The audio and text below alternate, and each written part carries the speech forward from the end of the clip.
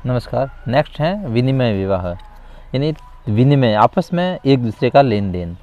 तो वधु मूल्य से बचने का एक तरीका है ये भी कि आपस में स्त्री का लेन देन कर ले। एक भाई की शादी के लिए दूसरे परिवार में उसकी बहन की शादी कर ली जाती है, यानी अदले बदले की शादी, जिसको अपन यहाँ साठा भी कहते हैं हमारे यहाँ पर, कि एक भाई हैं और एक बहन है और दूसरे के एक भाई हैं, एक बहन है, उसकी बहन उसके भाई के। इस प्रकार से ये साठा सपकन जो होता है विनिमय विवाह कहलाता है। ऑस्ट्रेलिया के टोरम स्टेट द्वीप समूह में ये प्रथा विशेष रूप से पाई जाती हैं और शोषण इंडियंस में भी इस प्रथा का प्रचलन है।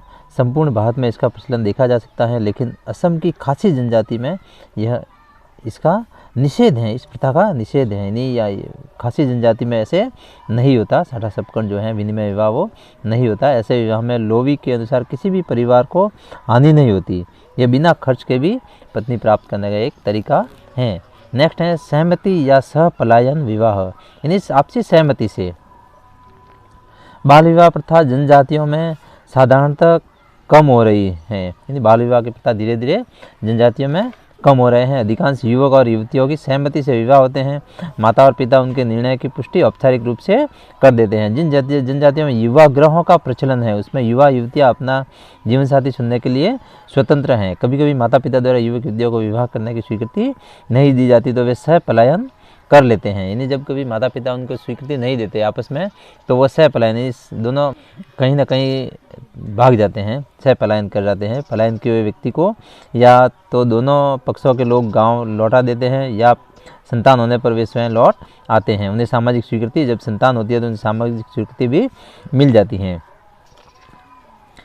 चीनी जनजाति में भाई बहन का विवाह तय करता है तब कोई साथी नहीं ढूंढा जाता है, तो बहन अपने प्रेमी के साथ विवाह कर सकती है, लेकिन भाई ने किसी, यानी चीनी जो जनजाति है उसमें भाई ही बहन का विवाह तय करता है, लेकिन अगर कोई साथी नहीं ढूंढता भाई तो बहन अपने प्रेमी के से विवाह कर सकती है। लेकिन भाई ने किसी व्यक्ति को अगर बहन की शादी का वायदा किया हो तो फिर वह प्रेमी के साथ भाग जाती है तो भाई की प्रतिष्ठा को धक्का लगता है, कभी कभी वो आत्महत्या भी कर लेता है। इस प्रकार कुर्नी जनजाति में सहपलायन पाया जाता है। इसी प्रकार से इसको राजी खुशी विवाह भी कहा जाता है। 8वां है हठ विवाह। इस प्रकार के विवाह में लड़की जिस व्यक्ति से विवाह करना चाहती है उसके घर जबरन जाकर रहने लगती है। उसे वहाँ पर उस समय अपमान भी सहना होता है। जब तक लड़के के माता पिता उसे बहू के रूप में स्वीकार न करे तब तक वो उसी घर में रहती हैं, यानी ज़बरदस्ती वह विवाह उससे करने के लिए वहाँ रहती हैं। इस प्रकार का विवाह बिहोर, हो, ओराव और कमार मुंडा लोगों में पाया जाता है, यानी हठ विवाह। ऐसे विवाह को अनादर, औरे, निर्वोल तथा कमार पैठू कहते हैं। अनादर का अर्थ यह है कि लड़के को माता पिता का अपमान करने पर भी उसके परिवार में बनी रहती हैं, क्योंकि उस लड़के से प्रेम हो गया है उस लड़की को, इसलिए वो वहीं पर रहती हैं।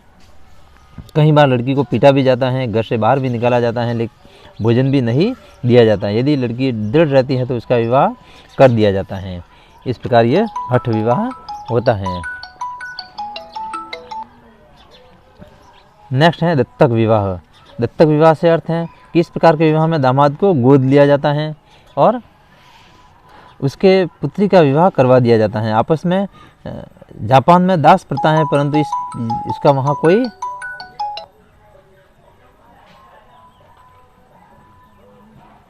जापान में दास प्रथा है, परंतु दास का वहाँ कोई हीन अर्थ नहीं है। वहाँ पर परिवार के दूर के रिश्तेदार को दास बनाकर रख लिया जाता है और बाद में उसके साथ कन्या का विवाह करवा दिया जाता है। उसका एक दूसरा रूप कल्पित विवाह, यानी दास वहाँ पर हीन, जो हमारे यहाँ दास यानी नौकर की तरह उसको नहीं देखा जाता।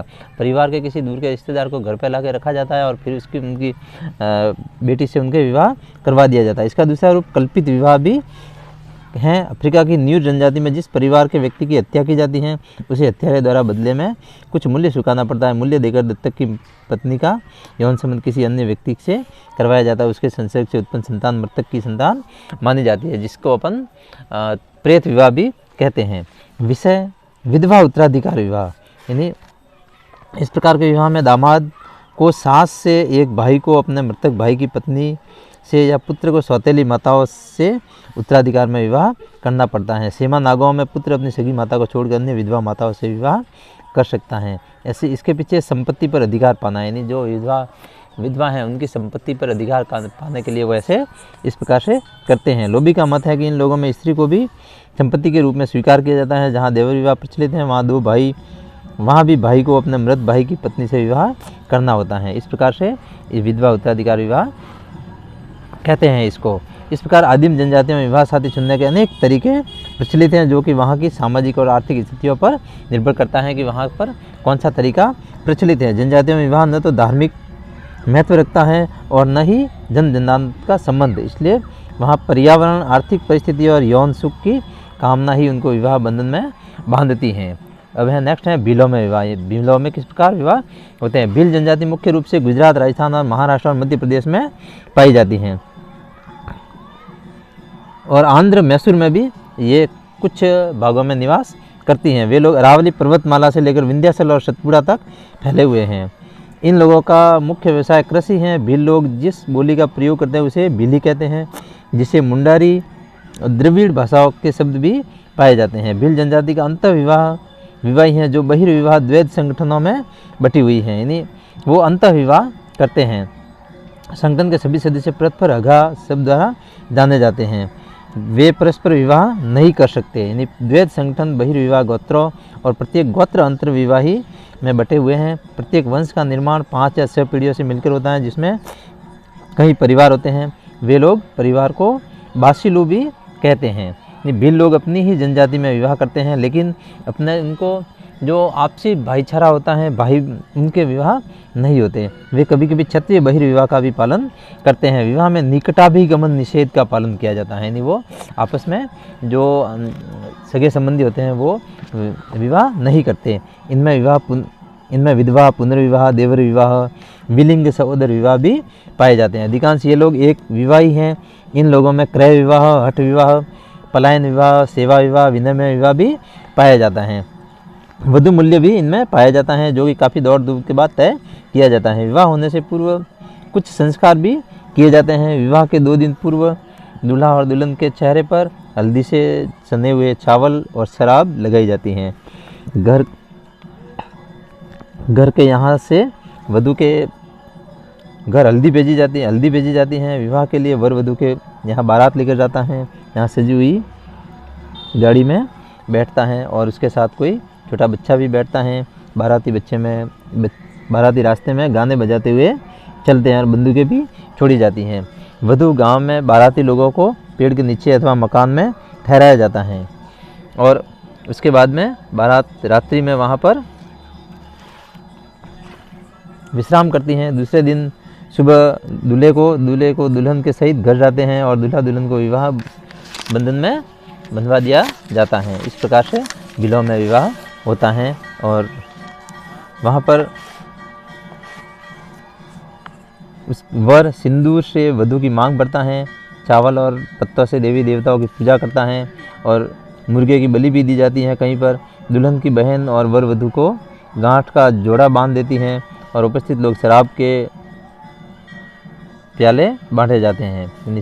शराब पी वहाँ पर उपस्थित जो लोग होते हैं उन्होंने शराब के प्याले भी बांटे जाते हैं। सभी लोग मिलकर नाच गान करते हैं और विवाह करके वधु को बिठाकर वर घर आ जाता है। इस प्रकार से भीलों में विवाह पाया जाता है। भीलों में तलाक की प्रथा भी पाई जाती है। एक पुरुष अपने साफे से कुछ टुकड़ा फाड़कर अपनी पत्नी को देता है, जिसका अर्थ है विवाह संबंधों को समाप्ति होना। इस प्रकार से विवाह का ये टॉपिक आपके पूरा हुआ। Thank you.